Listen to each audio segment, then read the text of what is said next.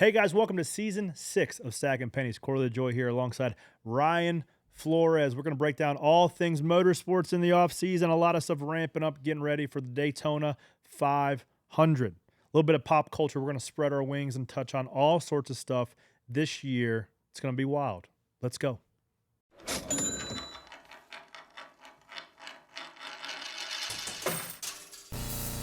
Stacking them deep, selling them cheap. It tastes like gasoline, rubber, and victory. We're just out here stacking pennies.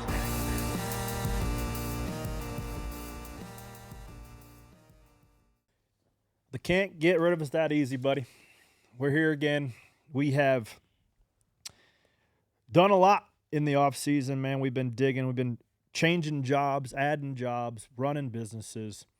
And we have those who are listening. You can't see the updated set. We've freshened this thing up a little bit. We've added some things, moved some stuff around, changed some lighting so we look nice and shiny for you guys. But if you're new to Stacking Pennies, welcome. I'm LaJoie, alongside my good buddy Ryan Flores. For years, he had been front tire changer over Penske, but you have had, my buddy, a big life shift in the last 3 months. A little bit of a life shift. Yeah, definitely changed companies. It's been overwhelming. It feels like changing schools your senior year, just because I'm kind of in like the twilight years of my career. But man, yeah, went over to started January 1st at Hendrick Motorsports. So it's been really cool. Going to do a majority of the junior motorsports stuff through Hendrick. So it's been really cool. Everybody's seen the facility there. It's been like when they walked me through there the first time, I was like, this is a pit stop facility. Like it was crazy. I told the young kids there, I remember being at Roush in 2007 when I started, and a guy would back up with a white Suburban and put out some cones. A guy, super nice guy, Robert, and see like all like the Killer Bees and all them back in the day, like run around that. And I thought it was the coolest thing ever. I wanted to just be a picker guy and like get to work out a little bit. And now to see where it's come, man, it's been really cool. But yeah, gonna do the majority of junior motorsports stuff. Gonna do the 40 Cup car at the 500. Hey, so that'll be cool. Yeah, we're both go homers for that. And then the 88 Xfinity car with Raja, the majority of the season, and the Cup guys. But yeah. What do you think Junior Johnson would say to these guys having cold plunges? Better be good at pit stops. You better be good. That's what I said. He's probably looking at you guys like, what candy asses? Yeah. You need a red light therapy room? Hey, I love it. Hey, if I got it, I'm going to take advantage It's unbelievable. It's unbelievable. It's really cool. And it's, but a facility's cool and all, but it's about the people you put in it. And they've got a 1,000%. heck of a staff there at Hendrick. And, man, they have like 10 pit crews of Cup cars only that run out of there. So that they have a huge staff, a lot of athletes, and it's been really cool to see. It's just a lot.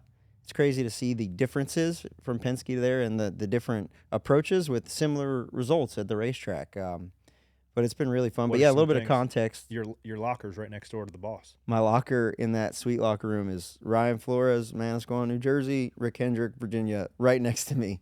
But I did see where he went in there and saw it, and he's like, that's a locker that's never going to be used, so I think I have some free space. I'm always like cognizant to put my bag there because I'm like, I'm going to have my stuff set on Rick Hendrick's locker when he does come in you better not to use the facilities. I always try to clean it up. Do not leave a dirty sock in that man's locker. But yeah, a little bit of context. This is my 20th season on the road. Started as a mechanic and then wanted to be a tire changer. So going back to hitting 5 has been, Cup change to single nut 2022. No big deal. Won the first ever single nut race at Daytona 500. But I haven't hit 5 nuts since then, which is what the Xfinity cars have. So being back to doing that and focusing on that, it's been really cool. And it's just been. Are you sticking with left hand changing? No, right hand. Back to right hand changing for that. Okay. I don't know that I could do that. Yeah. But yeah, it's been really cool. You've had a lot going on as well, man. And just right when you think the man doesn't have a ride, all of a sudden you're driving the 6 car to Clash. You got to ride with RFK. Yeah. All of a sudden I got the best thing I've ever sat in my entire life. And you got a fresh hat. Yeah. I mean, that was always the joke growing up. When you were a development driver, you would always get a collared shirt and a backpack. So here I am, buddy. Yeah. I got hats and a backpack. You know, I've had every kind of middle tier Xfinity car call me, ask me what I'm doing, and those guys are so tight on cash flow, right? It's expensive to go race, and like everybody's needing sponsorship. And I just, without having a consistent place to put our partners, be it Celsius or Schluter and these guys, you just kind of lose the stickiness to be able to plug and play like I had. So entertained some conversations, but nothing really, got any traction. And Brad has always been a friend of mine, and I think I've raced around him for years now, right? And I think he's always been super complimentary of me as a driver, and always supportive. I always go to him for advice and things like that on how to navigate just the garage in general. So he had always, I'd say since like right about the start of the playoffs last year, we had been talking about trying to run 5 or 6 races this year. Super speed races. Because Brad feels like they get to the end of these races and they don't have strength in numbers to work together relative to Hendrick cars or Toyotas. Chevys and Toyotas, yes. Correct. So we had just been kicking around, not really moving the ball down the field. And, weeks go by, and it's like I'm not going to be pressing because that's when I get really anxious, is when I try to just move pieces on the board that probably aren't meant to be moved, or try to leverage relationships. And I think that, for me, is one of the biggest reasons why I was burned out, because every relationship in your life is transactional. Every call you're trying to squeeze for some marketing budgets. Every call you're trying to, leverage yourself in a sim job or something. And I was okay with that being done. You didn't want to beg for a ride anymore. No, and I wasn't in a position where I had to do that. So if something good came, great. And I was trying to hold it loosely. And Chip Bowers, new president of RFK, who I've hit it off with, he's a dog. So definitely adding to the culture swing over there at RFK with Brad and that whole group. We were having coffee over at Percentile maybe 2 days before Christmas, 3 days before Christmas, and he got the call from Brad that he just broke his femur. You and the president were sitting together? Yeah, we was having Oh, coffee. Man. And Destiny, baby. He goes outside, and dude, oddly enough, there was a penny literally sitting on the table, heads up, when we sat down. I'm like, all right, I'm not like looking for a God wink, but I'm going to keep this penny. You keeping it? You still got it? I still got it. Better put that in your pocket. Better Well, glue that on the tape it dash. like Earnhardt.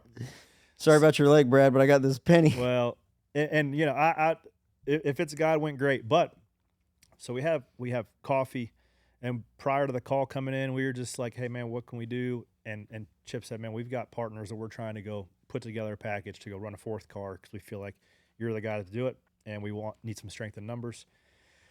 And he gets the call, and he just comes back in like, hey man, be ready. There's a lot of stuff up in the air right now. And he didn't tell me that Brad broke his leg. Yeah. But you could tell, like, okay, I got to go. Thanks for the coffee. We're rolling, right? Social media does its thing. You find out Brad breaks his leg, and then you're like, well, oh, man, I could be the top option for this. And here you are, driving the 6, man. So Brad calls me. Hey, man, would love for you to help out here, drive the car at the Clash. And then it was like I was in this weird spot because the 4th car effort had been paused to figure out what Brad was going on, right? Yeah. They might need me to drive the 6 at Daytona. Who knows? And naturally, Brad could have his leg amputated, and he's going to do all he can to run the Daytona 500. That's just what you do as a race car driver. So once it looked hopeful that Brad was going to be able to recover and go to the 500, they then pushed play on the 4th car efforts, and they got it sold to Trimble, in-house partner they've been trying to grow, and they called me to do it. 99. So, bringing back the 99. Let's go. I literally just got off FaceTime with Carl Edwards, too. We're going to do some good stuff on social next week. He literally answered the FaceTime. I called him the other day. He called me back. No shirt on. 6-pack. 12 degrees in Missouri. No. He is on his boat in the Bahamas. Oh, good for him. Yeah, let me be clear. And he's like, I don't even know what day it is, buddy. I'm like, what? What a freaking life you live. Congratulations, Mr. Edwards. Well, so we talked yeah. about it. He's pumped up for me to bring that 99 back to life over to RFK. It's been badass to be in that shop. Holy cow, they got some smart people, and they got some good processes. So that'll be something I'm really looking forward to, especially when I wasn't even seeing it coming. I mean, you have some inklings, and you get your hopes up, and you do all the things, but you know what I call that whole thing? Hell yeah. That's NASCAR's new slogan for 2026. More hell yeah. And I love it, man. Is that like a behind the scenes thing, or is it just? I think are they leaving that? I think like, we know. Yeah. We know that that's what it is, and I think that's where the sport has gone. There's so much stuff the last couple of years in the media and just that NASCAR. I mean, I think they've talked about, been transparent of like, hey, we might have messed this up. So we got the chase back. We got a lot of things back. And look, man, there's a lot of just hell yeah every week that happens, but a lot of times it gets drowned out by the other stuff that happens, and whether it be Stuff that's a not win so and much you're in hell yeah. situation, or maybe a forced Game 7 that we have, or a forced playoff moment, and that's all gone. We've kind of talked to the sport and everybody in the sport and the fans. NASCAR has been very transparent through the lawsuit, through everything that went on, and a lot came out through that of just. I'm glad that's put to bed. That's the point, right? That's all put to bed. A lot of things that the fans and that our industry didn't like or had gripes with. I just saw the Rovals gone, and they're going back to the oval for Charlotte. So a lot of things, though, Love that. we're getting back to what NASCAR was, what the roots were. And I think Dale Jr. said it best. He said, "Look, we try to mirror ourselves off of stick and ball sports. We don't need that. If you're a motorsports fan, you're a motorsports fan. We saw this weekend the Rolex 24." The highest attended Rolex 24 in history. Motorsports are badass, man. Yeah. All around. And NASCAR is the highest form of motorsports in America. And we need to have Bar none. our own stuff. We need to own who we are. And hell yeah, that we're taking that on, man.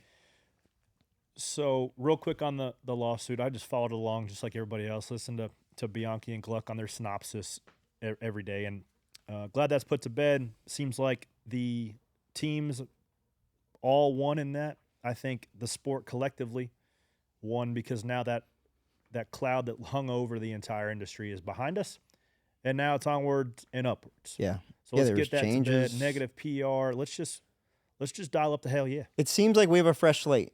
Like everybody's got a fresh breath of air, and a lot of the things that people called for, whether it be, the Phelps, Richard Childress stuff that came out, like that's all everything's put to bed. There was a peek behind the curtain. This is what's going on behind the curtains. Mm-hmm. This is what people are saying in text messages. This is what's actually going on. There was a lot of transparency, maybe too much, but we're in the age of information, buddy. Somebody goes through my text message, and somebody goes, if your boss goes through your text messages ever, you're boned, buddy. But imagine somebody, me and you are in the middle of negotiating a $7 billion deal, and we're going to be opposed on different things. You're going to say things about me, and I'm going to say things about you that I anticipate never seeing the light of day to a confidant. Well, to Twitter, right? To everybody. And everybody got to see it. So that being said, all that's behind us now, right? Throw it out. For the new viewers, like they're going to get what motorsports is. And for their perspective there, it's going to be less convoluted. Like even for me, I'm in it, and it would get confusing about playoff points and who's in, who's not, and what that looks like. Now it's cut and dry. This is who we are. This is what we are. This is what we're going to be for the foreseeable future. And shout out to, looking at the press conference, Blaney's mustache. Your mustache is great, Blaney. Blaney's oh, dog. My goodness. He's also committed to, like, the clean shave, too. He's got the roll. Did you see the picture he's put up about the llama he got? Said he's got scissors. Yeah, he's just out there. He was wearing a wearable blanket, petting his llama last night in the snowstorm. But through that, I just stared at that. But listening to Mark Martin, I think everybody talked about Mark and how he kind of just seemed like the old dude standing on a pedestal. But he did it in a way where he steered the ship, and he, like in that press conference, he was an advocate for the sport. And he did it all the whole time of being an advocate for the sport, what he thought was best for the sport. And this is a great compromise for everybody, and it's going to give you a deserving champion. I think for Mark to be in that playoff committee with the people that make decisions for NASCAR, in addition to the NBC, the Sam Floods of the world that also have a massive stake in the sport, to hear everybody's perspective, that's the thing, right? As a race car driver, you can really, and a lot of drivers. Who's Sam Flood for context? He's the NBC. He's the guy. They're the guys that run the networks. For sure. Because people just think it's like the one thing that we do, and look, we're going to get called NASCAR shills, whatever, but we put NASCAR, it's just NASCAR in a box. Like, that's it. Well, who are you talking about? Yeah. Because there's a lot of different partners. There's OEMs. There's broadcast partners. Team owners. There's team owners. There's drivers that have the biggest microphone towards the fans because people like to support their guy. The drivers, guilty as charged, But a lot of them have the blinders solely on a competitive, how does this serve me and my team, and how can I win the most No doubt. races? And then you And- have the fans right. who pick and choose what they see per their algorithm, Right. And then the media. So there's a lot of people pulling this in different directions, but it's a breath of fresh air. I don't know, man. I'm excited to get the season started and see everything that we got going on. There's a lot of exciting stuff, dude. Let me see though. Let me make a point about the hope, right? There's hope in the new Chase. There's hope in X, Y, and Z. There's hope in like a new OEM and Ram coming in to support the truck series, which is absolutely hell yeah. But we're gonna get to that later in the show. I think fans believe the drivers care much more than they do about whatever playoff system there is. Like, you're going to ask a driver and they're going to be a little bit indifferent because they're just going to race to the rules in which the sandbox creates, and you just try to, like Joey says, that he has pretty much, doesn't matter what scheme it is, he's going to go race and try to figure out how to beat everybody in that particular system. Drivers don't think about it as much as fans think about it. Like, they are way more emotionally attached to whatever point system, playoffs, get rid of this, get rid of that, we need to go to this, we need to do this horsepower, we need to do this downforce package. The drivers don't care. They would love 1,000 horsepower. Well, they care per the team and the car they're sitting in. Of course. So like if you're Joey, right, and the Fords just in the last 3 or 4 years have not had the speed that the Chevys and Toyota have, Yeah. but they've been crafty in the playoff and figured it out at certain tracks, Yep. and been able to execute and go win the championship. Then when you win the championship, you forget about that you didn't have as much speed as the Chevys and Toyotas all year. Right. We won the championship. Right. Now it's going to change that game so much of week to week, how people call races, how you set your cars up, the risk and reward that you take. It's a big deal, man. It's a big shift, and I'm here for it. Well, let's give the playoffs and the elimination its flowers for a second. It gave us the Hail Melon. It gave us some of the bizarre stuff we've never, the Austin Dillon Richmond. Like, call it what you want. That was exciting.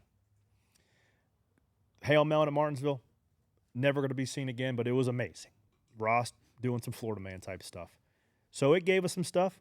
It was good in moderation. It's not the best for the future of the sport, and I'm glad NASCAR shifted gears collectively. And I'm a fan of the Chase. I think it's good.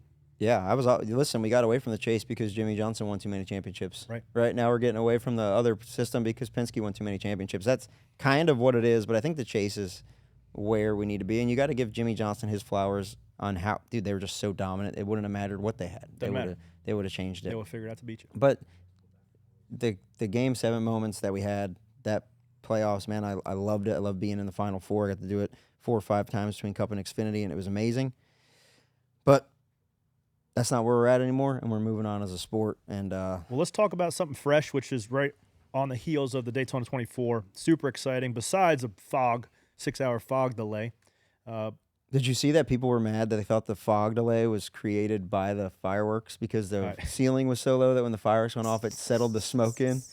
And I saw Hinchcliffe, and we got some great clips on here of just people navigating traffic and a wreck in turn 1 that we'll get to. Of the 24-hour race? Yes. So I heard about it. I didn't see it. But Hinchcliffe, real quick, when they were under that 6-hour-long caution, he got out of the car. He just got done with his stint, and they put in the driver that was going to finish the race for the night stint. And they were like, hey, get back here. We're going to take this guy out so he's fresh for the end of the race. You're going to get back in and drive this caution. Until they bring it back to green. Until they bring it back to green. So he ran under caution, and he said that the way that he was able to stay awake and keep just at it and keep focused was by saving fuel. So they played like a fuel saving game, and all the drivers were trying to figure out when they could shut their cars off and who could save the most amount of fuel. So racers are always being crafty, but you don't get a chance to just like check out. There's always some sort of a competitive advantage to go find. Yeah, but the traffic here is insane. How there's just, what's there, 3 or 4 different classes? Well, the prototypes are so fast. Man. Oh. And we're watching a clip right now of a Daytona prototype coming up on some of the slower cars. What's it, GTP? There's so many different, but GTPs. The speed variance is so crazy. Well, and also he's in the slipstream too, right? So he's getting a massive tow through the tri-oval, fastest part of the racetrack. And then these two run into each other at the fastest part of the racetrack. Gets the big draft. Gets to his outside right about the start finish line, and they clip each other. Oh, good thing they got wings on them. Oh, dude. Yeah, the wing saved them there. Not sure exactly what that guy was doing because Side drafting, buddy. I guess. You seen Earnhardt do that in '98. He's gonna do it himself. I mean, keep him behind him. I guess if it's the time to go, it's time to Lap go. 1, turn 1 crash. So everybody kind of funnels in. So they got the Daytona prototypes. I think the LMP2 are the second fastest car. So they kind of start them fastest to slowest. And my buddy just overcooked it into the corner on lap 1. I don't know if the tires are cold or the brakes are cold, but I saw McDowell yesterday. We were out with kids sledding all the stuff, and he said like those prototypes on cold tires are legitimately like you're on black ice. they're treacherous. Yeah. It's crazy that. Imagine, though, the amount of work and the preparation that you got to go for a 24-hour race, and your driver overcooks it in the one. Like, you got to know. Like, Just get I know, like, on a 40-lap indoor race, like, you can't win it on lap 1. Like, wait till 20, start picking them off. Wait, I mean, you can't win it in the first 15 seconds. It's 24 hours, brother. What are we doing? 23 hours and 45 If seconds I was the left. team owner, I would be chewing some ass. Yeah. Oh. Dude. My old man did it. He did it 20. Like yeah, why do more NASCAR 2004? drivers not do it? Like, why is SBG It's not there? Is such it a OEM different- based? There's that, right? Because as these guys get in, really factory-backed cup deals, be it Chevrolet, SVG and Ford. Chevrolet, right?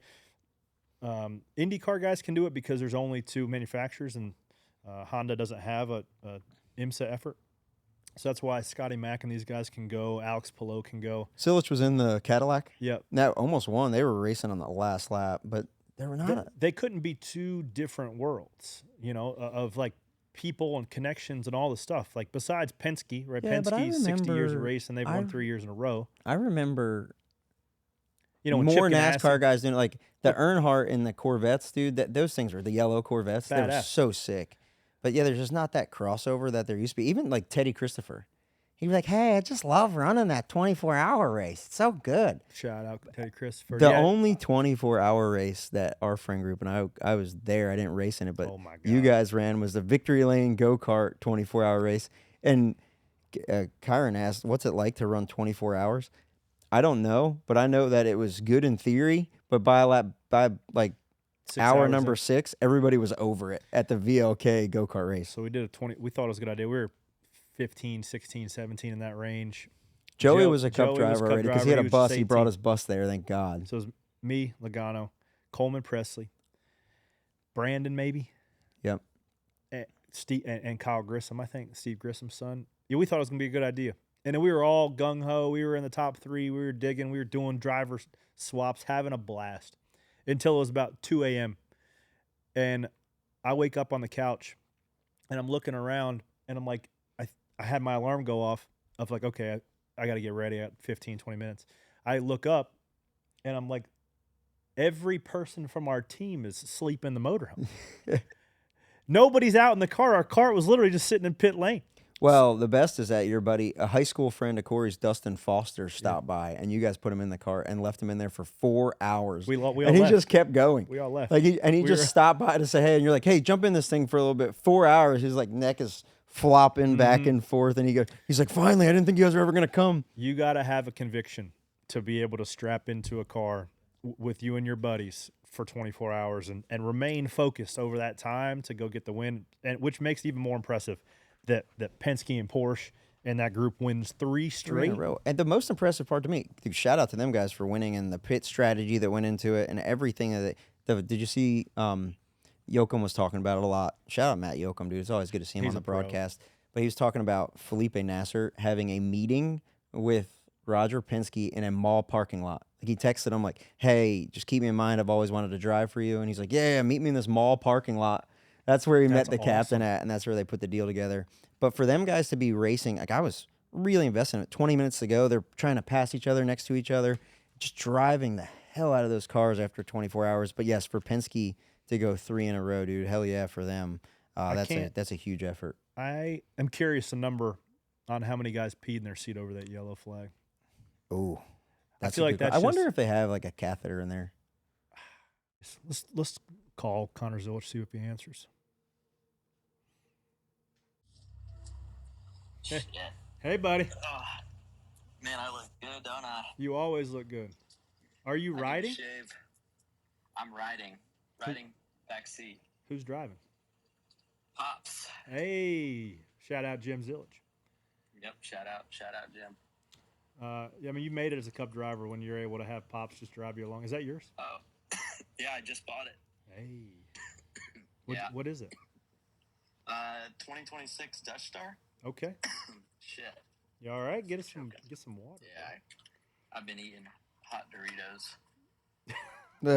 Is that like the fuel you need after 24 hours? Anything. Dude, I slept like a baby last night. We're already rolling, so anything you say now can and will be used against you. All right, sounds good. How was it, dude? It was awesome. It was really cool. I had some really, really cool teammates. The team was awesome.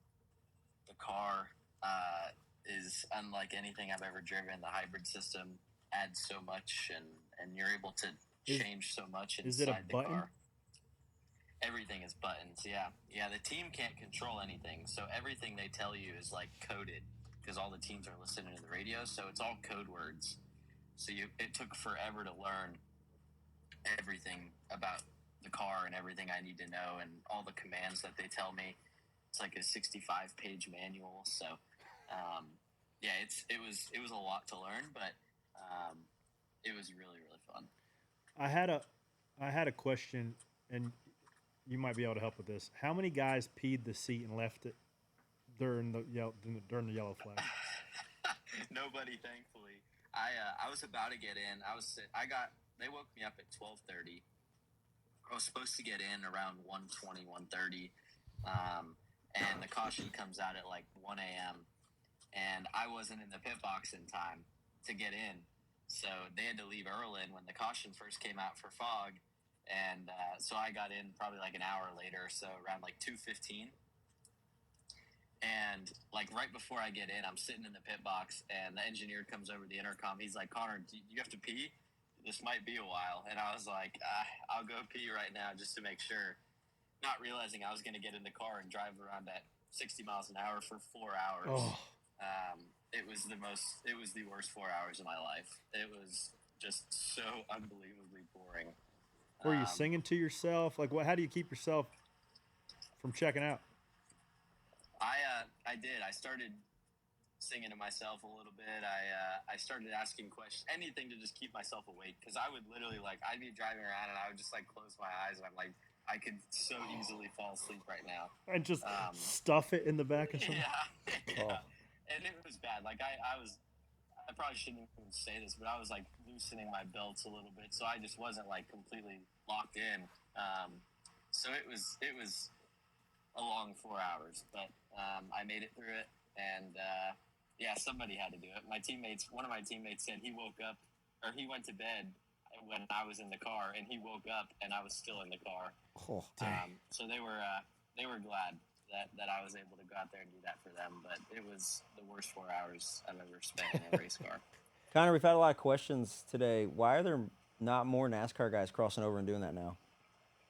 Dude, I don't know. It was only me and AJ this year, but I wish more guys would do it. It's such an awesome race and such a cool event, and it's kind of cool because I feel like a lot of the fans that go to that race are also NASCAR fans. A lot of the people that go to the 24 are also going to the 500, and I don't race a ton of sports cars, but I feel like I have a really big presence when I go to those races. So I wish those guys would.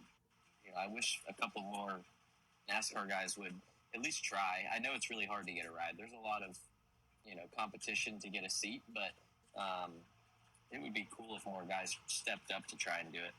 What about what's the vibe like in the culture compared to when you go there for the 500? It's honestly, it's reasonably similar. This year was packed. There was a lot of people there. I was impressed. It was obviously the most attended 24 yet. And just, a lot of the same stuff going on, a lot of the same fans. And the only thing that really changes is anybody with a general admission ticket is allowed in the garage. So that it gets really, really busy inside the garage. And, as soon as you walk out of your hauler, there's hundreds of fans right there, watching the car and watching the cars get built. So honestly, as a fan, like for fan experience, you're able to see a lot more and do a lot more at the 24. But it's honestly like the fans that stay up through the night. Like I was driving around under caution at 3:30 in the morning, and I'm looking up in the grandstands, and there's still people sitting in the stands. I'm like, what possibly leads you to want to watch us drive around under caution? Maybe that's when those guys were they're fist fighting. dedicated. Maybe that's when they caught. Did you catch the fist fight from the seat or what? Yeah, there's 120,000 seats, and these two literally guys. what I said. You got the whole entire grandstand, and you're gonna find. You got to fight this guy right behind you. Like, you. Yeah. What the heck? So your Pops is driving the motorhome back north. When you get back, all focused on NASCAR stuff, what's it look like in terms of prep? Yeah, he's I had a flight yesterday, but it got canceled. So I was like, "Hey, Dad, can I ride with you?" Because he stayed in my motorhome. I just got one for the Cup season, so Mom and Dad stayed in it for the 24, and I had one rented with the team. So we're on our way home, and we race the Clash this weekend, most likely, as long as the weather is decent.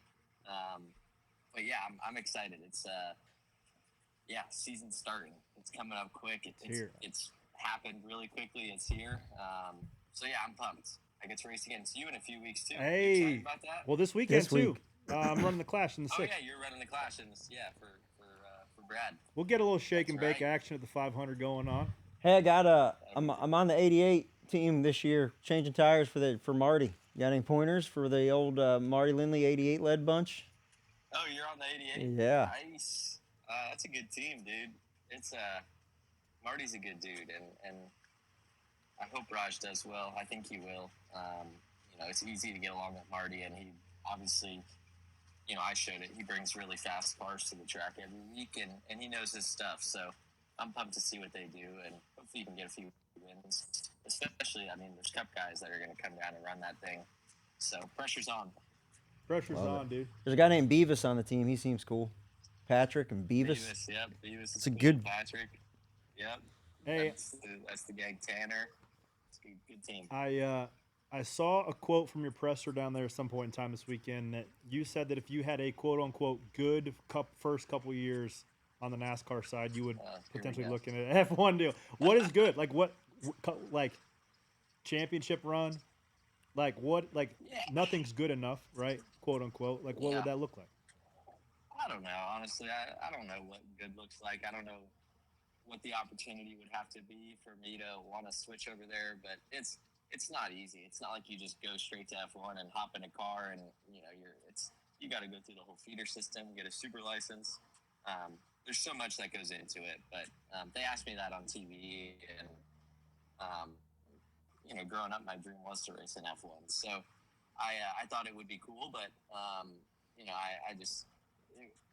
it's so far fetched that I doubt anything would ever happen to give me the right opportunity to go over there and race in F1. But if it's with the right team, and I feel like I've done everything I want to do on this side of the pond, then maybe I would think about it. But I'm pretty happy with where I'm at. You should be, because you got a great squad and you're going to have a great year. So I appreciate the time, buddy. Safe travels back. I'll see you here this weekend. Thank you. Yeah, see you in a few days. All right, pal. See you. See ya. I saw that if that Cadillac would have won, he'd have been the youngest winner ever of Daytona 24. Yeesh. And dude, Cadillac's got a lot of big news. Obviously, their road racing program, but at Hendrick every day I see that big Cadillac F1 shop being built. I'm like, man, that is so cool. And we had who's it? Eric Warren. Dr. Eric Warren came in and talked about that. If you didn't catch that episode, go back and listen. He gave us a big insight on what Cadillac F1, their efforts, and how many employees they have, and what how they're putting their best foot forward to go into this F1 season. How do you think it's going to be for them? Well, I love both drivers. Checo and Valtteri both are studs. Guys that have won GPs, a lot of experience. I think that was the right move to go, an experienced guy. But they got Colton Herta in F2. Like, I've never watched nor give a crap about watching F2 race, but I'm going to watch or be interested in every one to see how our guy does. Dude, you see Valtteri Bottas embracing the American F1? Well, that was the release was him wake surfing with holding holding a freaking. Was wearing pit vipers and American flag. Now You have a handlebar mustache. I might take a little bit of offense to if that's what he thinks every race fan is, but also he's dead nuts on. It's not that every race fan is like that. It's that everybody has that inside of them, even if they don't look like it. You got that little bit of yes. Everybody wants to have screaming bald eagle underwear. Yeah, I need to find a pair of those. Those look pretty. That will make you faster.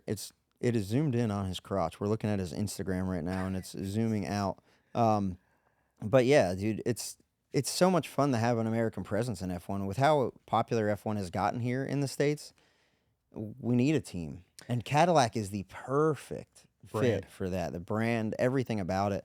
It's going to be so cool to have that represented. They're doing their livery reveal at the for a commercial during the 500 or not the 500. Sorry, the Super Bowl.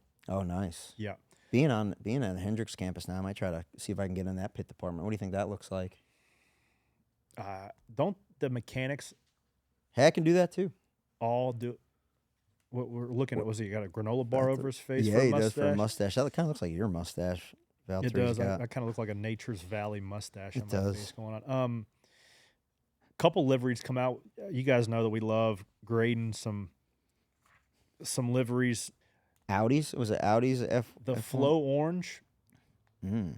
That looks. Yeah, that looks a gnarly. little bit like Lewis Hamilton's McLaren. McLaren. Yeah. Yeah. So that would confuse me, but that's awesome. You know, F1 cars don't have a lot of space like a NASCAR does where you can tell who it is. Yeah. So to get them, like the orange makes it pop. Yep. I was watching that too. That was one gripe I had with watching the end of the 24s. Why is everybody's car red and black? I don't know. Do something different. The Cadillac and the Porsche looked eerily similar. Yeah. So I think it was just a white nose that kind of set the Porsche apart. Paint them different. So I would give, we're going to grade that one right quick. I mean, I'd also love the German aspect of this with Nico Hülkenberg driving one, Audi being a German brand. They brought Adidas is now their apparel sponsor as well as Mercedes. So tying the whole German theme into this, it's going to be an all-world affair. Is the Mercedes still silver like that? So that no, they're black and silver. That Theirs could look be- pretty good too. I don't know if you have any other ones keyed up, but I would give that one. I love the orange accents though. I do. I'm gonna give that one like an 8-7. Yeah, you know what? Now that we're grading paint schemes, I was a little pissed off at your paint scheme, and Roush's. You were pissed off. I was pissed off at Roush. Shout out to Roush for doing the Biffle numbers. Yeah. Not a shout out for Roush for not putting any number on any of their cars for the 500 on a solid color. They are all mixed together. So I was like, man, I don't, we've talked about it a lot on here. The numbers on a solid color to make the numbers stick out is huge. I think that's why the 3 was always so, just the white on black. White on black. You can see it. Yeah, when I it gets too many stripes through it, too much. it's too much. Now You can't see the it. only person that won't be able to see my paint scheme is me. So I don't mind. Don't matter Long as what that it looks like sucker when you're goes sitting fast. inside of it. That's right. I like the blue wheels on this one. This is the this McLaren. the actual McLaren? Yeah, the McLaren looks cool. It looks, but Or is this a testing livery? It says. oh, it is okay. So that's, but the blue, is that Microsoft wheels? Is that what they got? Yeah. Okay, Chrome. it's cool. It's cool. I don't know. Going away from the papaya. I don't love it. Hey, money will do that. Yeah, I do. Interesting and cool to see the number got 1 papaya plate numbers. on Lando's car. What else came out? I like seeing all the NASCAR schemes kind of start popping up. I saw the 40, the Traveler whiskey car. That one You know looks what I cool. loved about what they did with the Traveler cars is they put, and it seems like such a Dale Jr. thing because he's old school, but they put contingency stickers with their own logos in it Yeah, to make it look a little bit more old school. I do like that. So that was really cool. I'm glad they changed the numbers as well. Took the mailbox numbers off, put some true I didn't kind of notice old that. school Western looking 40 on the side.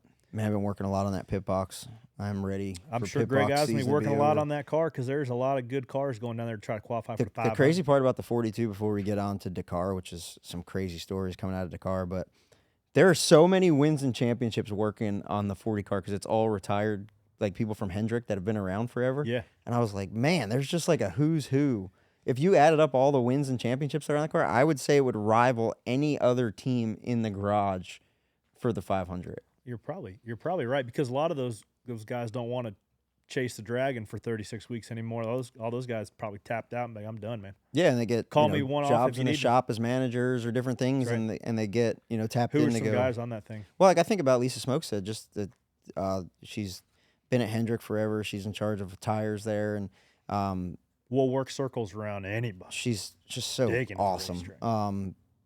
And it's just everybody, Greg Ives and everybody involved in that team.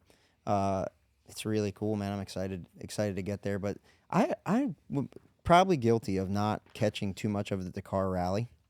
But we're talking about hell yeah. I just saw this. Well, movie hell pop- no. The guy leading the Dakar Rally on his motorcycle went the wrong way. What? He had we're saying a navigational error. Yes, navigational error. 7 minutes from the finish. No. Yep. Sorry, 7 K, whatever it Kilometers. is, kilometers. I don't know how much that is, but he ended up losing by like seconds. No. 2 seconds going the wrong way. No. That reminds me of the Little Dang Rascals. it, Siri. Remember the Little Rascals Rerouting. when they went the wrong way? They switched the arrow and they go the wrong way. That reminds me of that. But Imagine, what's it, 1,000 miles, I think? oh, here it is. Is this the guy that lost? Ricky Brayback. Tough one to swallow. He's not gonna be able to sleep all year. Yeah, dude. What if somebody He said- hacked into his nav system and just changed? Ooh, that's the cheating stuff that people don't think about. Yeah. Yeah, I mean, there's been stories about drift guys that have ECUs that shut off the guy in front of them to try to just keep the gap tight. I mean, there's also where there's racing, there's cheating, buddy. Oh yeah, this is homeboy. He crashed during Dakar on his motorcycle. Oh, Broke his collarbone. He said, During the- "Collarbone's a long way from the heart, buddy. I'm gonna finish this race." He got on there, finished in true Australian fashion. When they put the microphone in front of his face, he says, "Mom and Dad didn't raise no quitter." Chucky Sanders. So he finished the race with a Built broken different. collarbone, dude. Can you imagine riding a motorcycle with a broken collarbone? I couldn't imagine riding Dakar anyway, let Yeah. alone with a Yeah, broke perfectly ass healthy. collarbone. But that's why he's on the Red Bull KTM, buddy. Those guys are built different. So yeah, we got our hell no moment and our hell yeah moment all in one race. One thing that I saw, this is a little bit unrelated to on-track stuff. Did you see Bubba's wall? His helmet His wall. helmet wall. I sent that in the group chat because I think that's something that fans want to see. They want to see that type of stuff because it's not often you get a peek into somebody's house for one, but also kind of what their feel is on design of helmets. But my mind instantly went to, oh my gosh, that's a lot of money in helmets. Cup bro. driver shit. You cup driver is always worried about money. No, I don't run Schubert helmets that he runs because they're $5,500 a I'd piece. imagine Bubba Wallace doesn't have to buy his Of course he helmets. does. Like I don't He might buy some Schubert's better one-off. be giving them helmets. I bet it's just an open account, man. Whatever you need, and we'll send you the bill. And guys on the front side of the garage, they have helmets and all the things supplied for them. But I haven't had a Schubert helmet because they're too expensive for me to buy. You do the math, plus some paint on that wall. But the post was for Scotty Mack's Indy 500 helmet, and if I talked to Bubba during production day, I said, "Hey man, known you for a long time, and you still owe me some gas money from bringing you to school. I would call a square with a helmet swap." And he's like, "Man, I don't have any interest in doing it. I told Scotty Mack that I wanted his helmet, like to start the year. He said, I want your Indy 500 Scotty helmet this Mack year." was probably good with giving that away too. That's what he this said. helmet. He said, "Get this thing out of here." That thing flipped over in practice and crashed, and that thing also crashed first lap of the race. I'm sure he was happy to get that bad juju helmet over to Bubba. Yeah, get it out. He of said my also house. there's one hanging on the wall that was painted up like Star Wars. He said that Blaney's going to get that one, but I'm still working on. I'm going to get one of those helmets. What are you gonna do By with it? God. You got a helmet collection? I got a couple here. I mean, one helmet I got in the off season that was pretty cool. It's Marty Robbins' helmet behind me. So there was apparently an estate sale. Marty's family or whatever. Obviously, Marty passed away several years ago. He would be like the equivalent of like a Zach Bryan going to be a Cup driver, running a couple races a year. That's what Marty Robbins would be back in the 70s. You ran his paint scheme at Darlington. So we did a throwback paint scheme. His number was 777. So NASCAR gave us some flexibility. We ran 777 on our Cup car, and it looked really cool. Did some die cast with it. So a friend of mine saw the Facebook ad of all the estate sale, and he's like, "Yo, you need this." I'm like, "Absolutely." So I was in a bidding war with the Grand Ole Opry for that. And beat him. Well, congrats, dude. Yeah. So that's don't let Kelly know that. No. The Grand Ole, No, just a fan of the Grand Ole Opry. Yeah, no, it's the janitor there at the Grand Ole Opry. Hell yeah, we beat the Grand Ole Opry. It didn't break the bank too bad, but I think that was something cool to have and a cool story, especially being that we ran the car. So a couple new cool. tracks this year. San Diego obviously is the big one that everybody's been talking about. I'm excited about that. Did you see Jensen Button was talking about? He was on the IMSA broadcast saying that he wanted to try to find a truck ride for that one. Oh, that'd be great. There's gonna be a lot of dude. There's a lot of trucks with St. Pete. They're going to St. Pete and just like rifle off the entry list for the Daytona truck race. Yeah, Tony Stewart Tony back. Stewart. Michael McDowell. Is Cletus in the truck? Yeah. In what? I think I've heard that Cletus might be in a truck. Okay. Yes. Have not heard that. Oh, Travis Pastrana. Travis Pastrana's back. I'm back. Let's go. Breaking news. See, let's talk about this. The Henderson 75. Telling somebody the other day. Yeah, the Henderson 75. Badass truck. Yeah. Light blue. Yeah. Always sticks out. Yeah. You are the modern day Parker Klingerman with a mustache. Yeah. I love that. Parker and I are literally the same. But I am, especially with Dodge coming in, like I'm all about truck racing. And then now they're going to a square body. Because like we talked about it a little bit last year when I went to Martinsville, you could tell the difference between like the front row and Tricon bodies compared to the field. Yeah. And Aero is king, and the trucks have more aerodynamics than any other series we run. So they're kind of pulling that back a little bit, which we've seen that help with Xfinity. Yeah.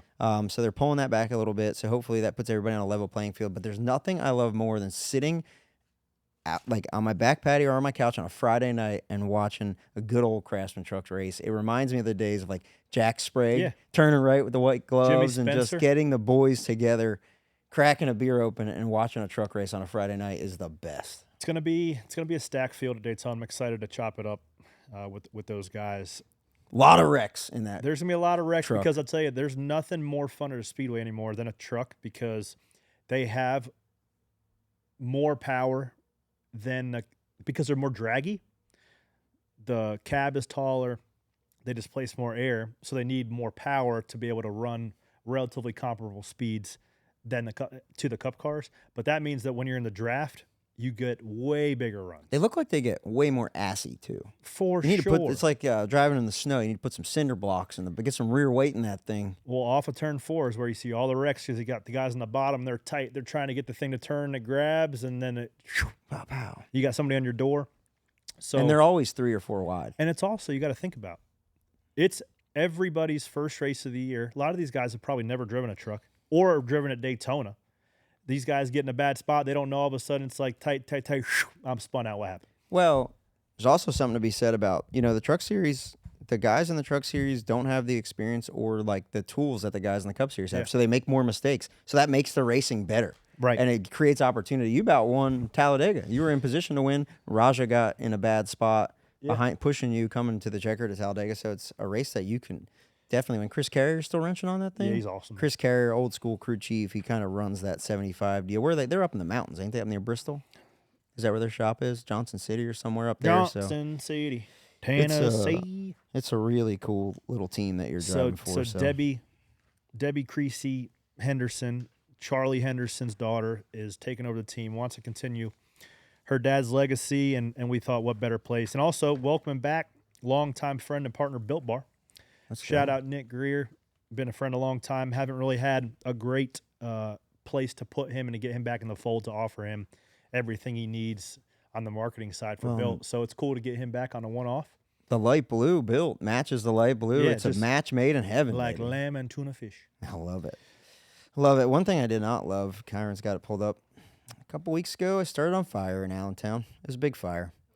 Kyron says hell yeah. A lot of people said hell yeah about this. I said hell no. It made for a cool picture, but holy cow, man. It was hot, too. It was like long enough to – I've never been on fire that bad.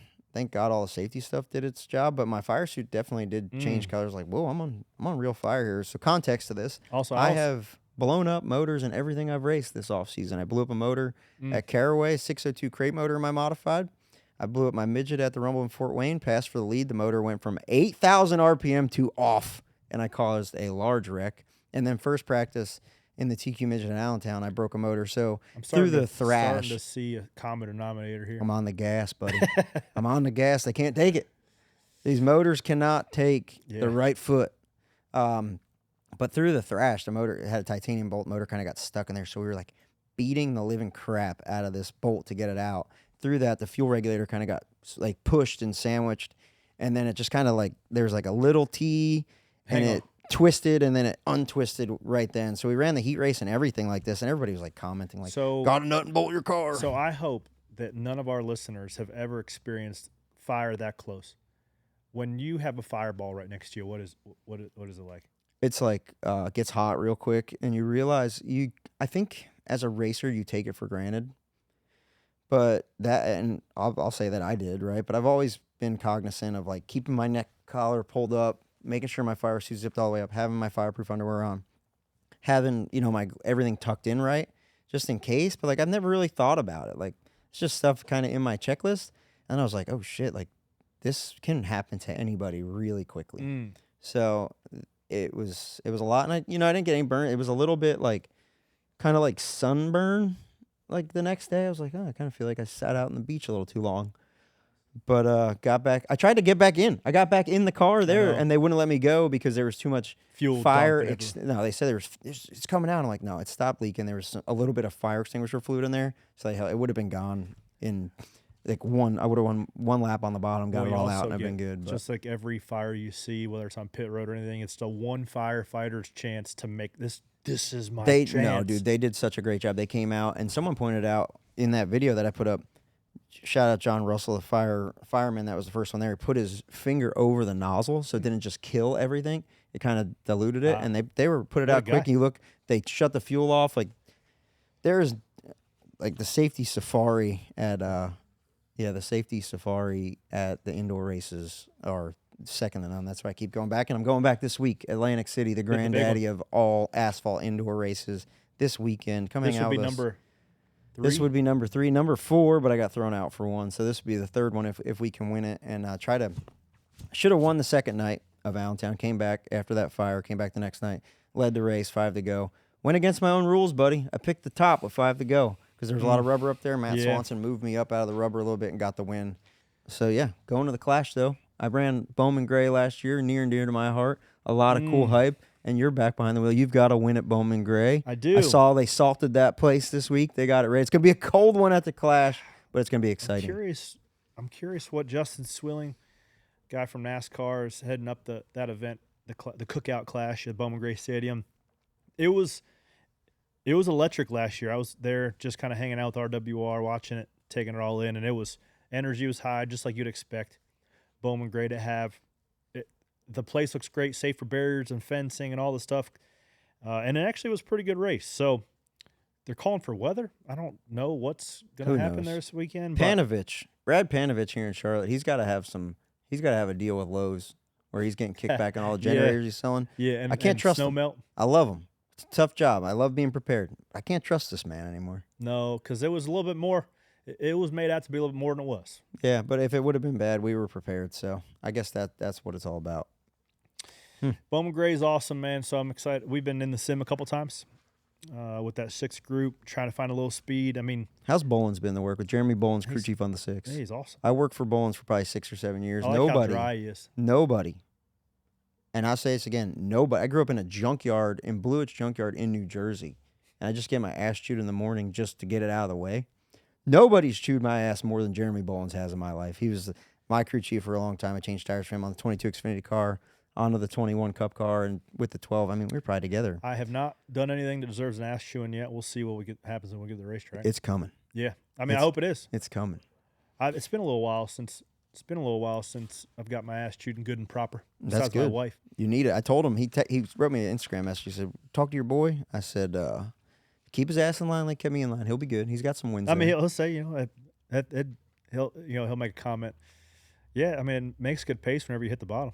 That's it. You know? It's those little ones. Well, yeah, Yeah. You're right, buddy. Yeah. Just trying to find a little more. So this year, O'Reilly's sponsoring the No apps. in Xfinity Series, no apps. NASCAR O'Reilly Auto Parts Series. So when you see it on the schedule, it's no apps. But they're saying they need more bushwhacking. So they is have what they got written down. More Cup guys are going to be in the field. They made the Kyle Busch rule. He was winning too many Xfinity races. Put the lid on that. Limited to 5 races for Cup drivers with a certain amount of experience. Say it 3 or 4 years of Cup experience. Now they have taken the lid back off. Okay, we need to have the Larsons and the Chase Elliott's and the Ross Chastains run in our lower series to just. I have my own opinions as to why, but people watch Sunday What's your racing. opinion? My opinion is people watch Sunday racing. Dude, but they the- have but an the- affinity for these guys. So when they go, even Carson Hocevar running a substantial amount of truck races, Michael McDowell, like they know these guys, so they would be more apt to tune in to watch a Cup guy than somebody on the way up. And I wish it wasn't that way. That's just the way it is. I don't know, but that's where they say that's where names are made, and that's the ratings have been through the roof on the CW. with it. Incredible rating. So every race was almost over 1 million. I'm excited to get back to it, but yeah, I mean, I'm going to be on a car with a couple Cup guys driving it 10 times or so this year, so I'm excited about that. Excited to work with. On the 88. Yes, I'm excited to work with Kyle Larson, Chase Elliott, William Byron, and Raja too, and Alex Yeah. Bowman. Raja getting a massive shot. He's going to start the year, I believe, a lot of it in the 32 over at Jordan Anderson's. He's going to start the year. The first 3 races are in the 88. Okay. So, and I went over and met with Marty Lindley, crew chief of the 88, and his team. Man, they're so buttoned up. Well, they went 10 races That's last a year? hell of a team. So, yeah, they won 10 races with Connor. Connor didn't have a really hot start. They worked together, and Marty's been around a long time. So it's exciting to be part of that. And, just getting a little bit of a glimpse into – I didn't realize how big junior motorsports was. And walking around there, there's, a who's who of who used to be just badass on pit road, that kind of the retirement gig there. So talked to a lot of guys, and I'm really excited about being part of that. But, yeah, it's going to be a fun year for sure. O'Reilly's racing, buddy. O'Reilly's. We hit on trucks. We hit on the new job. I'm excited. The Ram. Did you watch the Ram TV show? I did. I wasn't able to watch it. It was blocked out on my Fox with news, but I saw the clips, and it looks awesome, dude. The production value on that show is awesome. They had the guy from Landman. He's always at the Chili Bowl too. Yeah, saw him. He was down there. But I love that they put him in a house like the Ultimate Fighter. You ever watch UFC like the Ultimate Fighter? And took their phones all month. Really? Like they were in there 20 days or something, and literally they didn't have their phone. Come on. Yeah. Wow. Well, love that. I love Island. Love Island. Yeah. But like Trevor Ward is a late model stock guy, really good at South Boston, Motor Mile, other places. He worked on your car when you ran the John Chris paint scheme at Wilkesboro last year. Right. So I hit it off with him, and he knows the cars inside and out, and just gets them and hauls the mail. So I was texting him a couple things like, "Hey man, he's never driven on a road course." So I texted Trevor Ward some thoughts, and for the entirety, because Casey, my brother, works for Colleague. He's on the social media side, all that. So I knew that it was filming was going on this range, right? And I was like, well, Trevor didn't text me back, kind of offended. Yeah, what the hell? And he texted me back a couple weeks later, like, "Hey man, just got my phone back. They Whoa. took it for the entirety from the time you went to the house to the time you checked out and the show was over. You didn't have a phone." That's crazy. Yeah. Landon Huffman, a lot of these it was cool to see these young guys, Michael Christopher Jr., Minnie Tyrell, all these guys. Austin Beers, shout out. Austin Beers, yeah. That's what I love about a new OEM coming in the sport, because they think of things a new way, right? Yeah. Everybody's talked about doing a driver search, like what Roush used to do, but nobody's done it. And they're like a fresh breath of air, new bunch of people. They come in, not saying that our sport gets stale a lot, but the same people doing the same thing forever. You need to have people come in and shake stuff up. That's right. And that's what It this raises did. the bar. It Right? It raises the bar for Chevy. It raises the bar for Toyota. And high tide raises all ships. I mean, whoever wins this, it's done now, right? And we know who won. But whoever wins this, watch the show. It's either on YouTube or on FS1. This is the opportunity of a lifetime. Of a lifetime, dude. These guys, any of the 20, could never get this opportunity without a substantial financial backer coming behind them. So whoever earned that opportunity to go race that Ram truck is going to be well-deserved, and it stinks for the other guys that came close and didn't get it. But that Ram deal is going to be pretty cool. New faces, new places. They got Daniel Dye, Justin Haley. I just saw him. Celsius is taking his primary sponsorship, as well as AJ Allmendinger, Tony Stewart in Daytona. There's an all-star truck. More to come on that as well. Yeah, every week they're going to announce like who. Oh, Butterbean. Lightning McQueen. Lightning Butterbean, Brandon McQueen. Shout out him. He was on with Edward Charles McQueen with us last year. No Excited. Waffle House is safe. So, Excited for those guys, man. It's such a big deal. And you know what this can grow into in the next 2, 5, 10 years is going to be huge for them. One of those guys could be the face of Dodge coming back into the Cup Series. And that's a huge opportunity, man. It's shout out to them. Another thing that's a huge opportunity this year, Pit Road Boats and Woes. We loved it. Dogs of the Week, but that's gone. We're gonna shift gears from the dogs to the bosses. The pit bosses of the week. Pit Boss Grill's coming on board, and we're excited about that. And the pit bosses of this week, now that racing has started, is that Penske number 7 bunch. Travis Law, they executed perfectly here. There was a dead heat between them and Cadillac, and they got out in front with strategy. That's a classic Penske move. Just take enough fuel to get you the lead, and then they were able to race it out at the end. That's the move. There's about 18 minutes to go. And then I saw some people up in arms about this, about there's pretty stringent blocking penalty. And this is a little bit like, I don't know if I'd call that blocking. He's on the racing surface. That guy went. It's more defending. He's defending. I don't know. Double yellow lines, they're there for NASCAR. People get mad about that, but that does not pertain to these cars. And I mean, if he wanted to rifle it down in there, he could have. It would have been a massive wreck and have been cool to watch. But that was more of a shade to the left than a block, I guess. But and I think in this it made instance, for great TV. The Penske 7. I'm curious how many pit stops those guys did over the course of 24 hours. But they said they usually do like one and I don't know. Is it 20 something? 20? Probably. There's a lot. Yeah. But yeah, I don't know. I've like have this romantic thing that I like would love to do the 24, but then about hour 10 I'd be about over it. Yeah. But then maybe you catch your second win. Yeah, after the fireworks go off. Get a cup of Joe. Get after it. The woe of the week. So on the Acura, they come in the pit, and they obviously didn't get the wheel tight. So everybody talks about this happening in NASCAR. It happens everywhere. Just think about when you're doing it, sub 9 seconds, 8-second pit stops at Vegas. Wheels come off. It's one of the things that if it's, with the single locking nut, if it's not tight, it comes off. Unfortunately for these guys, they were leading at this point, and then they get a penalty on top of that. So it probably takes them out of the race. They come in, they do a pit stop. They have to change the front end of it because the splitter's dragging the ground. They just got to go through all these checks and balances that just completely ruin their race. So this is the woe of the week. And then social media did its thing, had the wheel rolling around, people playing music. Nothing like making a picker guy feel worse after his wheel just fell off on national television to make some memes about it. Look at the nose change. That is quick. Awesome. Now, I can make a case for the actual woe of the week. Is if you look to the right, up in the grandstands, row 14, there are two guys just throwing haymakers at each other. Oof. That's a woe. Because if I'm going to the racetrack, especially at one race that lasts 24 hours, what can somebody say to me at 8:30 p.m.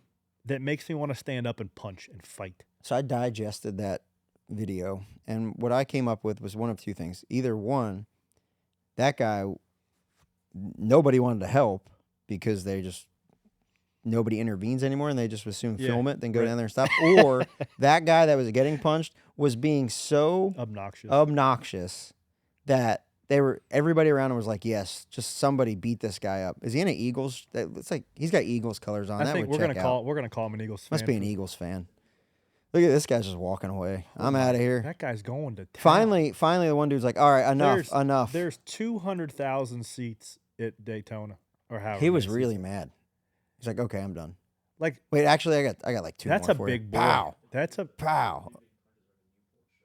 Oh, he's wearing a Newport shirt. That looks like an Eagles fan. He's gonna pull a shoe off too. That guy. He had enough. That's wild. How can you be that mad? That guy must have done something to him. I'm saying that this guy is the victim. I mean, by the way everybody around him's that- acting, Yeah. I'm saying he's the victim. So I don't know. Who knows? I don't Would know love context. to see a lead into that. Whew. That's just right into turn one, man. It's a good spot. Maybe he was mad. Maybe he was mad his driver I wrecked was lap trying one. to think of a witty quote tweet to put on top of that. I just couldn't think of one. No. Yeah. He didn't want none of that wine and cheese. I'll take a corn dog and a cold beer. Thank you very much. So this engine actually blew up, but yeah, I was going to say, we saw here. Got to take a pilot bearing out of the back of a small block Chevrolet engine, and it's hard to do. And a lot of people do it with grease, and it makes a gigantic mess. But you we go had and grab some 'em. old bread buns that if you stuff the bread in there and you hammer it, right here, this is the input shaft for transmission. I'm hammering one that's out of the transmission, Now, and it pulls can I ask something? that input, Do you that, think that pilot bearing because out. you're jamming some white bread in the back of your engine, is that the reason why it blew up? No, that is not the reason why. It I blew don't up. know. I don't know. That is maybe a little too hard. But hey, got the pilot bearing out, put a new one in, and made 4 laps on that motor before she said no more. But yeah, that was a cool trick that I learned this year. It reminds me of the what? No way, Yeah. guy. What? Like someone told me No that, and I was like, way. "You got any buns in here?" And your mom's like, "Yeah, right here." Just started hammering away, and here it comes. It pulls Just itself push the out, bearing right out. and it's easy cleanup.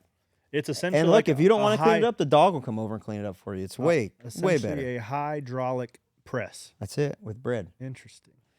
We got a lot of questions. You put up a post yesterday. Send us over questions. What do we got here? Well, first up, let's introduce some of the new back of the house fellas. We're doing a creative partnership with company Let's Be Friends. So let me introduce you. PJ Lundgren in the back. Lundgren. Kyron, what's your last name? Barrett. Kyron Barrett. And please welcome Gabe. You got to say your last name. No, Carrion. Carrion. Carrion. Okay. Oh, there you go. Ice. Please welcome to the Nonsense Garage, these cats. All right. Excited the plan that they have for us in this show to take it to the next level. So we're going to let Kyron, first off, you got to tell people your accent a little bit. You are from where? South Africa. Okay. Hell of a mustache. Very strong better than Corey's? mustache. Yeah. Yeah, at the moment. You can borrow it for Daytona. Well, mine can't. If mine overlaps my top lip like yours, my wife's like, eh. I don't got a wife. That's right. It. That's it. Guy's Free single, man. just Free living. man. That's a hell Everybody yeah. negotiates their own deal. Hell yeah. What's That's a our hell. first one here? Well, the fans want to know, when are you guys going to be in New Zealand or Australia for racing? Bathurst, maybe? I'll tell you, man, since we've had SVG on a couple years ago, frequent guest to talk about his Xfinity or NASCAR adventure, our overseas, particularly in New Zealand, Australia, audience has went up a lot. Oh, yeah. And if Shout it out to wasn't- Apex Hunters coming in last For year. sure. And dude, I love the racing down there, whether it be supercars or High Limits was there. Like, Those I watched that High Limit race. Like, I want to get over there, but when I get over there, I want to get over there for like a month. Yeah. And hang out with my buddy George. Shout out George Medecky. He's over there. He does a lot of different type of racing. He's been involved in motorsports there. His father was. So I just want to get over there, see the country, see everybody, and kind of experience. I want to make a trip out of it where I experience supercar, sprint car, Yeah. the midgets. I try to go to New Zealand and see what do they call them, derby cars, where they just run into each other. Yeah. Like, I'm all about it, dude. I want to make a big It's trip. pretty hell yeah. And look, with our schedules freeing up, not being Who full-time knows? Cup driver, me going to Xfinity, we got 8 26. more off weekends. 26 might be the year. It could be. Having 4 kids is not helping my Aussie travel plans, though. Got baby number 4 expected here in March.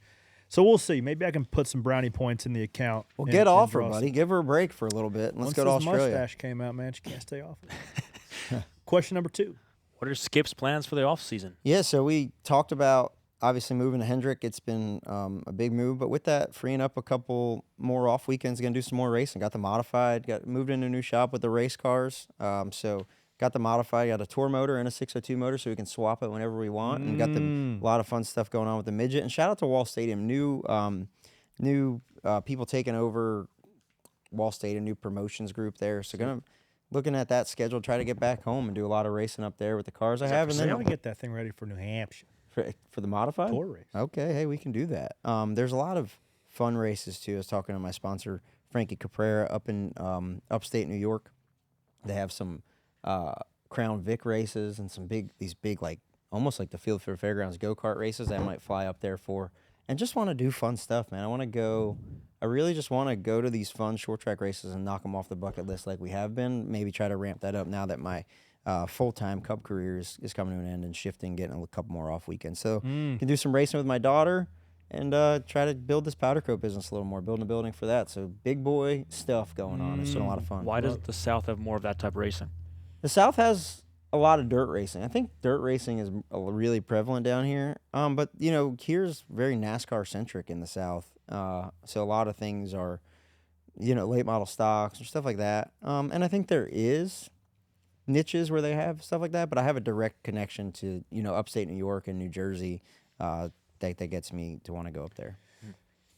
Well, next question coming up. We had this from a couple people. Yeah. Carbon business. Tell us about that. What we got going. R&D testing. Well, our first project was Ryan's TQ midget, and we did find out that our carbon isn't flammable. It is not. It withstood the flames. Yeah. And now it's freezing outside, so I have to roll in the trailer, so it's going to withstand the cold as well. We'll see if it passes the test. That's been fun, man. It's been taking a lot of money, but I've got one really good guy, Adam, who has taught me a lot already, but we haven't been able to be in our space, so we're going to build it out. We're slowly chipping away at it. But once we get in there, a seat is almost ready to rip. We've been working on the CAD file for a short track seat. We've been making a lot of different things. The coolest thing you made first thing off the bat, Adam LZ. Yeah, making a drifter, big time. He's been around for a long time. Making an air box for some rotary engine he's doing. Big boy. It's about the size of that table. Carbon air box. So we're able to do a lot of that cool stuff. We're getting set up still. Cowboy hats as well. Whistle and Diesel came out with a cowboy hat. He sold out of them. Carbon cowboy hat? Yeah. He did? Yeah. Wow.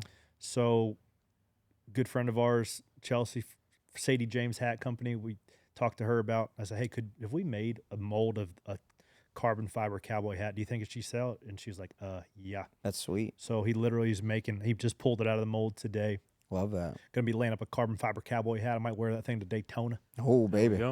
So, man, the capabilities for carbon is really cool. I'm excited to start getting our feet underneath us for that. Love it. Next one coming in from Sean Laurent. If you could race any driver at any track and in any car, who, where, what, and are you racing? Love these types of questions. Thanks, Stellar Sean. question. Love that. Yeah. If you could race any driver at any track and in any car. Man, I think that I would go like Darrell Waltrip at Bristol in like a 1986 Monte Carlo. You would have a 0% chance of winning because he was unbelievable. Yeah. It was 11 straight, I think, at Bristol.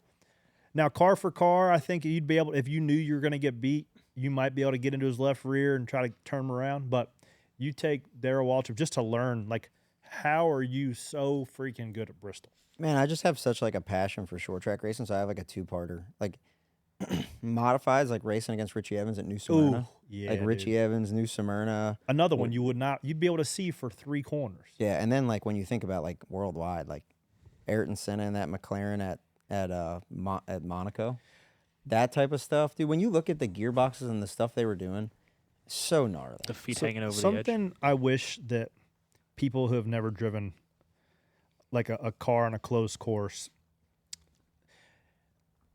the feeling of like when you, for example, I pulled out for my first Cup practice. I had no business driving a Cup car at the time. I was 20. Bottom of the barrel team. I get out first practice in the chase at Loudon. I go behind Jeff Gordon, and just to see the commitment he rips it off the wall and how fast they're going. Or you get behind somebody like an Ayrton Senna, like for somebody to witness firsthand, car for car, somebody that has the gift of putting a car on the edge, like you just don't know. Like the first time somebody rips by and you're like, oh my God, like I got to go that fast. And then you just inherently push yourself to get to that point. But that feeling of like, oh, that guy is doing Welcome to the big leagues, buddy. Welcome to the big league. My first real one experience was that I had just won the ARCA race at Kentucky. I come back there later in the year, maybe the next year in a Busch car. I go out for first practice, and it was like the first lap you're like 80%. Let me get a feel for this thing. Okay, it's skewing. Let me figure out what that is. Come off 4. Kyle Busch in the black monster car passed me like I was tied to a stump, and I was like, oh my goodness. Yeah, good luck. Time to find the right pedal, boys. Yeah. So yeah, I wish like that sensation over like, oh, like that's the bar. That's what that thought, that question. I had a little bit of that at Wilkesboro when I filled in for the modified. I was like, don't wreck this thing because I was just practicing it. But then like, oh, no, you got to use way more gas and use way more racetrack. Okay. And then I figured it out. I'm like, oh, okay, there it is. But it takes you like, people are like, no, you got to be a little faster. Like, yeah, I can't just turn the speed on. Let me work up to it here. I'll get it. Or we're going to be picking this thing out of the fence. Well, it's the razor blade. Like, you don't want to step over the plateau of grip, right? But you got to go find the very edge of what that car and tire is capable of, which kind of leads us to our next question here. Pinelli Jones, Indy 500. Yeah, those Indy 500 guys back in the day. What's the best true quote-unquote driver's car of all time? Dude, those F1 cars, like Senna was running with the manual gearbox, like, look, we can sit here and say sprint cars and this and that, but like that type of stuff that Senna was doing, when you look at it and you look at those cars now, you're like, what? Yeah. Really? Yeah. So I would say it's maybe something like that. It's literally you're bolted to a rocket ship with a But then H you look pattern. like Cale Yarborough, right? Wheeling that thing at Darlington. Yeah, right. You know, I don't know. And then also you can make a legitimate case as like people are going to laugh, like Cup cars are hard to drive. It's all relative, right? Well, Just they're hard because- to drive faster than the next Cup guy. That's right. Right? It's who your competition is. But like to get the car around the track, dude, what Senna and them guys were doing, I'm telling you, when I look back and watch that, I'm like, It's incredible. I think a lot. Like, yeah, if I had some seat time, I could figure it out. I couldn't figure that out. No, those guys are dancing with that car. Absolutely. I put up the same video on X as well. Got some good questions here. I'll rifle through these. Everett Larson, good friend of ours, friend of the show. He asked, "What do you do with your feet if you flip?" Oh, thanks for that, Everett. You don't think about You're that. not thinking about that. They do put a strap over, or in the RFK cars, they have a nice carbon thing that kind of captures your legs. So yes, that prohibits your legs from smashing the bottom of the but dashboard. smashing your feet against especially the floor mounted pedals now, and smashing your feet against the pedals, that's a real thing. That's how So, you like, break your feet. Yeah, so people will, where you place your gas pedal in relation to your clutch and your brake pedal is something that people are cognizant about for sure. Some guy asked, Gamecock Richard, would you rather race on a figure 8 track or in a snowstorm? Man, how about a figure 8 in a snowstorm? I don't. Yeah. Figure 8s, I watch them like Riverhead and some places. It doesn't like, I think it's really cool, but I wouldn't want to do it. A snow race, dude, I'd be all for snow racing. A lot of people asking how pumped I am to be driving an RFK Ford. It's pretty cool, man. Pretty cool. So hopefully I can And do you this. got that guys. Good sweet job. hat out of the deal. Yeah. Got a couple cool hats out of the deal. Let's see. What else we got?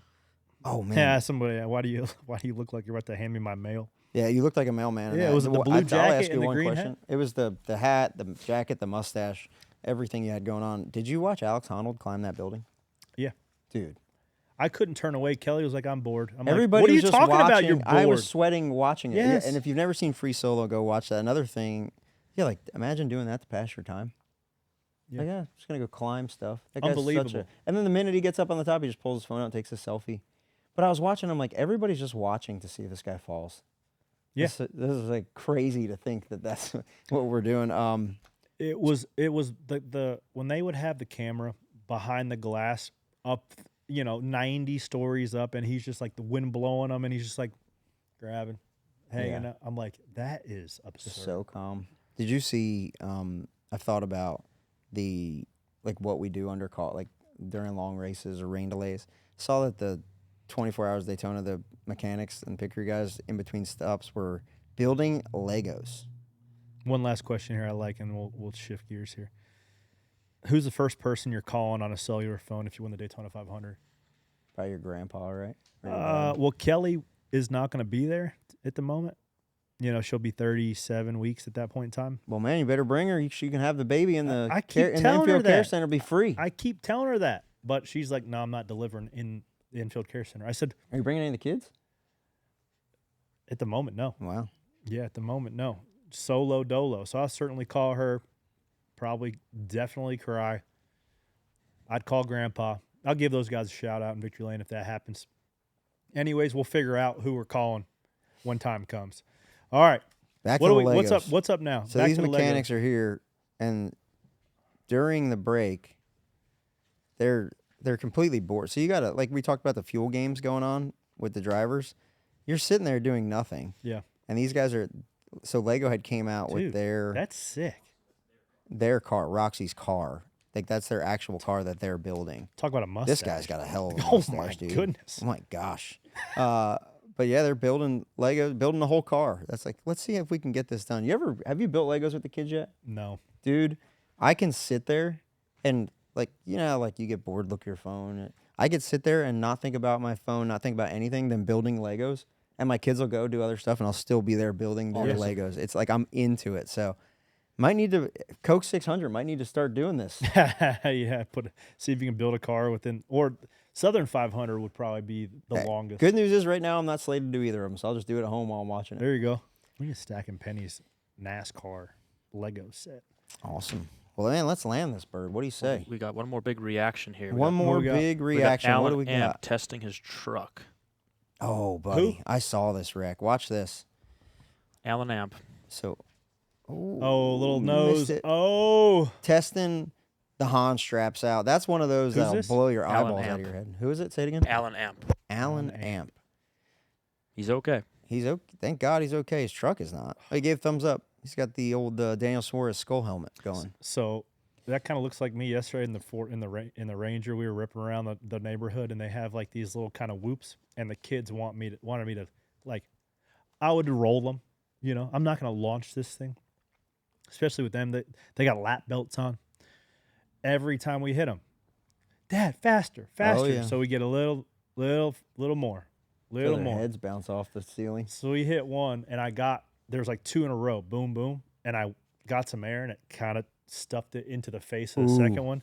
I looked in my peripheral, and Jensen, head between his legs, Oh, like real quick, like wow, and he looked at me like, Dad, what was that? I'm like, whiplash, you want to buddy. hear a crazy kid story that I haven't told you yet? I forgot about this one. Tell me. Want to hear a good one, Kyron? My kid the other day, Crew, and this is a total boy thing. Never had this problem. He comes walking down the stairs real quiet. I was with Harper at basketball practice, but he comes down the stairs real quiet, and he's got, from the toy kitchen up in the playroom, he's got like a pot, like a play pot with the top on it. And he comes real slow down the stairs. Mommy, I got you something. Chili, like the So he Office. walks up to his mom and he says, "Here, I made this for you." She takes the top off. She goes, "Why is it yellow?" He goes, "I peed in there." No She's like, way. "What? What did you miss?" And he's like, "What? No, I'm sorry." Like he realized what he shouldn't have done that. And she's like, "Oh my God, I never had thought this would be a thing." So he just pissed in there and thought it was funny. And he was like, "Oh no." And went dumped in the toilet. That's and she's amazing. like, "Did you miss?" Guy's got impeccable aim, dude. He got all of it. She's like, "Where did you do it?" He's like, "Oh, I just did it in the playroom. Just peed right on it in the playroom." So it just goes to show that men, doesn't matter how old you are, they'll just whip it out and piss anywhere. Oh, dude. He's not immune I to got it. there's 3 little ones in our house. Don't matter where or when. It's If coming. They got to do it. They got to let her rip. Well, on the topic of showboating, we've got UFC 324 just wrapped up. Arnold Allen versus Gene Silva. What do you guys think of this showboating here that's about to happen? So last couple seconds of the fight. Okay. What? Oh gosh. So I was Oh yeah. He wanted a shake, and that guy's like, "No, get out of here, dude." I was a wrestler in high school. Really? Wrestled for 12 years. What he was mad about, the guy in the white shorts, was if you rewind it, the guy in the red just went and, oh gosh, they made memes. The internet does its thing. But he went into like a fetal position and kind of just stayed there at the end. So that was his way of saying like, F you, dude. So he just jumped on top of him and jumped off because he's like, you're just laying here. You're not doing anything. So that was just a kind of a thug moment to let you know. One time this kid kept going out of bounds and I stood up and I grabbed him by the ankles and drug him back to the center of the mat. So it was one of those like, you're going to keep doing this, dude. Yeah. I'm going to let you know. When did you get oil checked last? Huh? That you're getting weird now. He's getting weird.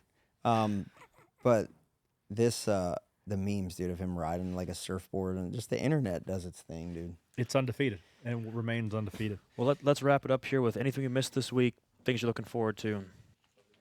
Looking forward to the Gamblers Classic, buddy. Yeah. And you're looking forward to the Clash. I hope the weather's definitely be better for me because no matter what it does outside, we're going to be inside of Boardwalk Hall in Atlantic City. And from there, we're going to go over to the casinos. I'm going to stay at the Ocean, which is the best casino in Atlantic City. It's awesome. And then we'll be partying at the Wild West. Indoors, I'm the kinda indoor jealous I can't autos, go. yes, and the tacos. There's a Oh, little dude. taco stand inside the Wild West bar where the after party is. So if you're there this weekend, come say hey, come see us. Hopefully we'll have the trophy be on stage, shotgun and a beer. Where do we find you guys? Good luck. Good luck to you. I hate I'm going to miss it, but I hope that we get some racing in Hit this the bottom, weekend. buddy. Just wrap the bottom, Just man. wrap the bottom. Who's your pick for the Racing Clash around other a- than yourself? Racing around a football field this weekend at Bowman Gray. I think this plays into, obviously Chase won last year. He's smooth.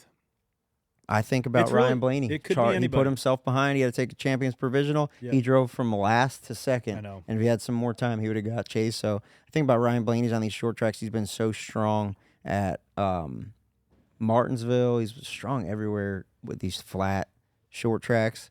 Him or William Byron's my pick this Think weekend. so? Yep. Um, But I'm going with you, man. You're my buddy. I'd love that. Got a trophy from there before. All different faces, different team. But I think if we just go execute, car has some pace. We go qualify well, get a good heat race starting position, and then just obviously got to go qualify up there. So I'm excited. You got to race your way in, right? Everybody does, more or Love that. less, right? Then it's like the highest points position. So you're That doesn't definitely make not. it. Yeah. Cool. Yeah. So I'm gonna let it eat, man. Fired up about it. So, all right, that's it, guys. Welcome back. Season 6 of Stacking Pennies. You know where to find us. All of our Instagram handles @_Stacking Pennies or Corey LaJoie and Skip Flores. We're gonna be doing a lot more stuff on there, trying to be more engaging with you guys that tune in each and every week. Sirius XM Channel 90 as well. It's gonna be a massive season on the racetrack and off the racetrack. You know where to come to get all the breakdown of all motorsports right here. Stacking Pennies. Y'all have a fantastic week trying to figure out where you can stack pennies in your life to get yourself to where you want to go. Have a great week. Goodbye. Bye.